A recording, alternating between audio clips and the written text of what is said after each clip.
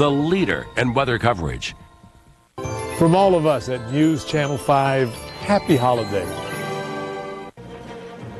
Tidal wave, an offshore earthquake of near biblical proportions, kills thousands of people across South and Southeastern Asia.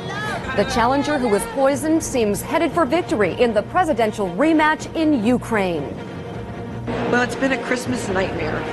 Glitches and Grinches ground thousands of holiday travelers. And shoppers play Scrooge. Retailers total up their unhappy returns. This is the CBS Evening News with John Roberts. Good evening. John Roberts is off tonight. I'm Mika Brzezinski.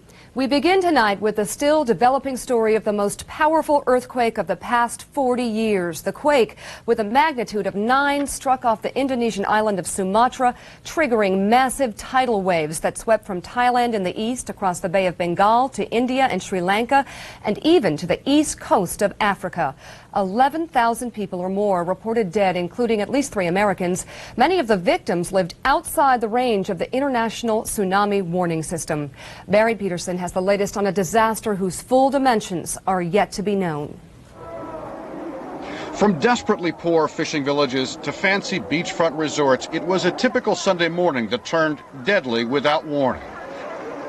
It started with an undersea earthquake in northern Indonesia measuring 8.9 on the Richter scale, the world's worst earthquake in 4 decades. It generated tidal waves that literally fanned out across the Indian Ocean, some waves hitting more than 1,000 miles from the earthquake's epicenter. To the west, it was Sri Lanka and India that took the brunt of the destruction. To the north, Bangladesh was also hit. Many of the worst hit areas were poor fishing villages. The water smashed everything in its path and left behind shorelines littered with boats, debris, and bodies. Most of the Maldive Islands are barely 3 feet above sea level. The tidal waves were higher and many were instantly flooded. Also hard hit, Thailand's holiday resort island of Phuket. The Christmas holiday is among the busiest time of year in this area, and resorts were crowded, streets busy, beaches full of people enjoying the morning sunshine. Experts say unless there are significant aftershocks, there will be no more tidal waves. The worst, they hope, is over. There are still several million people across the region who may be displaced because homes and businesses were destroyed. It will take some people years to recover. And some will never recover. They are already grieving for their loss. Others still cling to hope for the missing who may have been washed out to sea, some almost surely lost forever. Barry Peterson, CBS News, Beijing.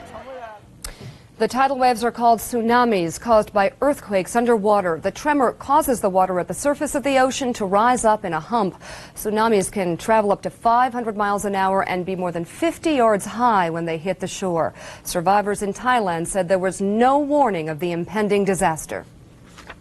All of a sudden, the first tidal wave came in. It was very fast, very furious, and then it was followed by a number of successive waves. Thankfully, it was, I think, only because it was quite early in the morning that the vast majority of tourists and occupants of the hotel weren't actually down on the beach. We didn't realize, we just saw a water plane coming up and towards the building, and people from outside screaming.